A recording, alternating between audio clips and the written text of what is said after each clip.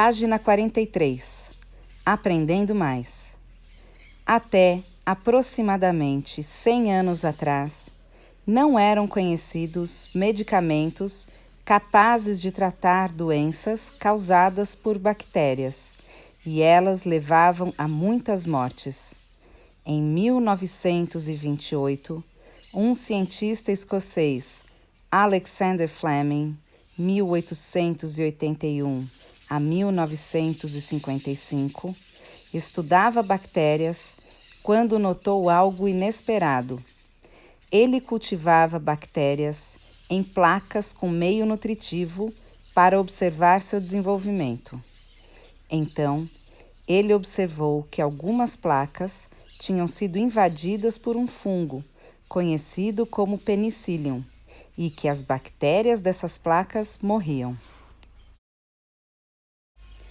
Então, resumindo, o Fleming estava lá no laboratório dele e ele queria ver como é que uma determinada bactéria se movimentava, como é que ela crescia, o que acontecia com ela no dia a dia. Então, ele pegou o laboratório dele, controlou luz, controlou temperatura, aí ele pegou umas caixinhas de vidro e colocou essas bactérias dentro, fechou e todos os dias ele ia lá e observava e fazia anotações no caderninho dele. Um dia, ele percebeu que um fungo entrou numa dessas caixinhas.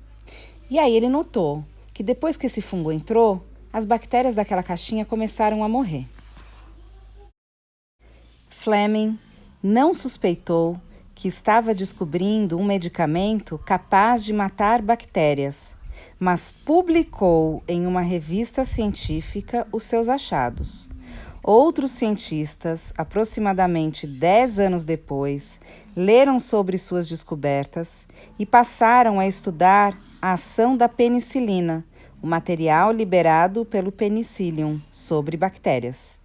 Desde então, a penicilina passou a ser produzida e usada para tratar várias doenças. Em seguida, muitos outros antibióticos foram descobertos ou sintetizados, por exemplo, a amoxicilina, a tetraciclina, a streptomicina e o levofloxacin. Então, o que aconteceu? O Fleming era um cientista muito cuidadoso e muito meticuloso.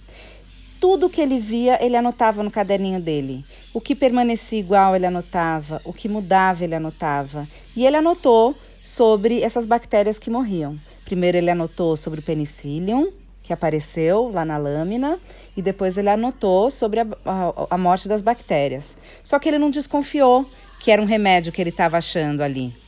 De qualquer maneira, ele pegou as anotações dele e publicou numa revista científica. E isso ficou lá por uns 10 anos, mais ou menos. Um belo dia, um grupo de cientistas voltou a ler essa matéria dessa publicação científica e se interessou por estudar um pouquinho mais sobre o que tinha acontecido no laboratório do Fleming. Então, eles resolveram reproduzir esse experimento. E aí eles notaram que as bactérias morriam por causa do fungo. Era o fungo que matava essas bactérias. E dessa ação sobrava um negocinho, um produto. Esse produto era a penicilina. E eles sacaram que essa penicilina podia ser usada como medicamento. E foi isso que, a partir de então, passou a salvar tantas e tantas vidas. Vocês se lembram daquela história da Primeira Guerra Mundial e da Segunda Guerra Mundial? Então, é esse o remédio que foi descoberto e que salvou tantas vidas a partir de então. Agora acho que ficou bem fácil de responder as questões da página 44, né? Vamos lá? 1. A descoberta da penicilina foi proposital ou acidental? Justifique. 2.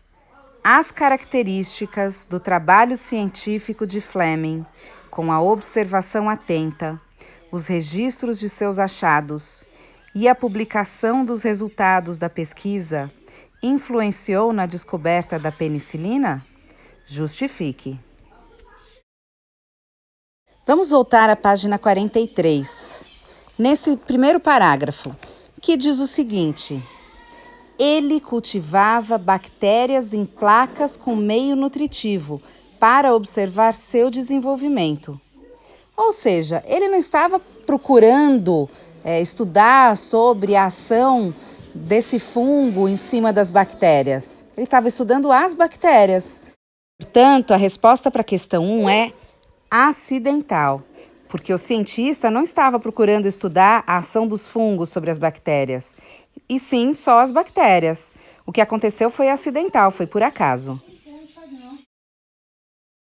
Para a segunda questão, a gente tem que voltar para o segundo parágrafo desse mesmo texto. Ele diz assim: Fleming não suspeitou que estava descobrindo um medicamento capaz de matar bactérias, mas publicou em uma revista científica os seus achados. Outros cientistas, aproximadamente 10 anos depois, leram sobre suas descobertas e passaram a estudar a ação da penicilina. Ou seja, se o Fleming não tivesse feito as anotações que fez, não tivesse tido todo o cuidado que ele teve com os experimentos científicos dele, ele não teria publicado nada. E se ele não tivesse publicado nada, 10 anos depois, ninguém leria o artigo, porque não existiria um artigo para ser lido. Depois que os cientistas leram o artigo, eles voltaram a estudar sobre o assunto. Portanto, a resposta para a questão 2 é sim, porque se ele tivesse deixado de registrar a ação dos fungos sobre as bactérias, os cientistas que vieram depois não teriam essas informações para se basear na pesquisa sobre antibióticos, as pesquisas que vieram a fazer.